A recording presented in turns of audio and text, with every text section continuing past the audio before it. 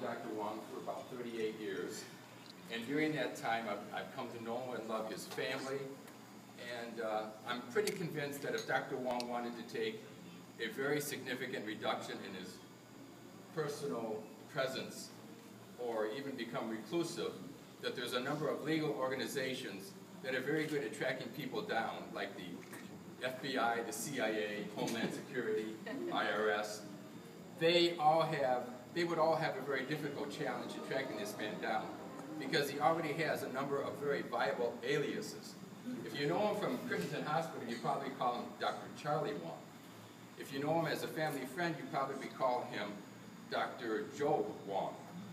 If you're a brand new patient, you probably call him Dr. Charles Joseph Wang.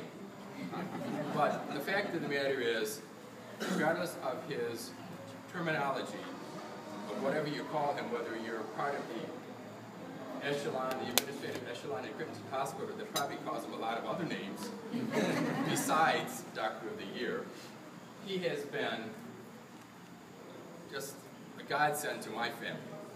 We would call on Dr. Wong for a lot of reasons.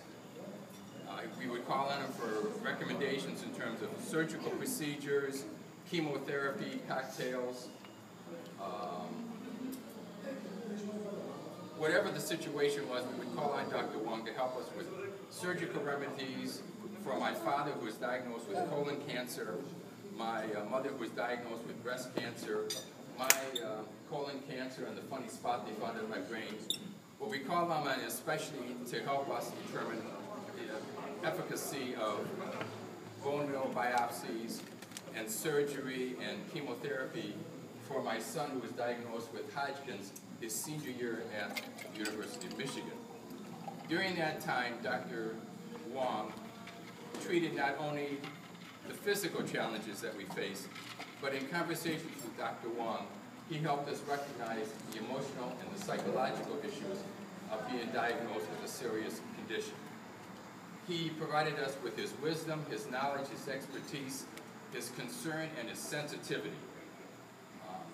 When I speak of sensitivity, I think of the doctor that discussed the test results with one of his patients, and after a while he called the wife in and said, "Sweetheart, you've got a big problem here. Your husband is seriously, seriously ill.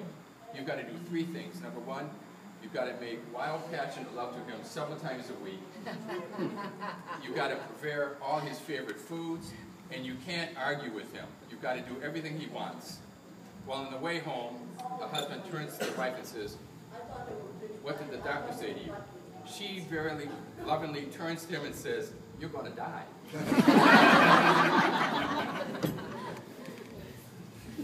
If Dr. Wong doesn't know what he wants to do in retirement, I would suggest he write a book.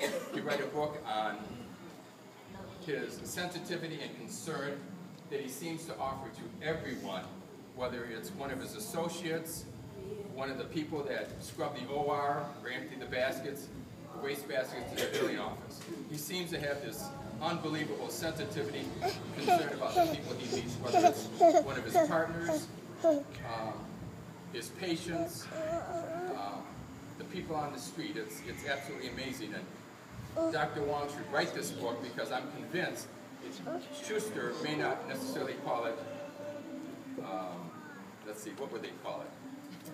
They might not want to call it bedside manner the right way and the Wong way, but I'm sure that I would encourage most medical schools to make it a mandatory reading for their young physicians, because the man knows how to touch his patients, touch their families, and deal with them beyond any of their expectations. It's been an absolute pleasure knowing Dr. Wong. As I stand here, I'm kind of simultaneously happy and sad.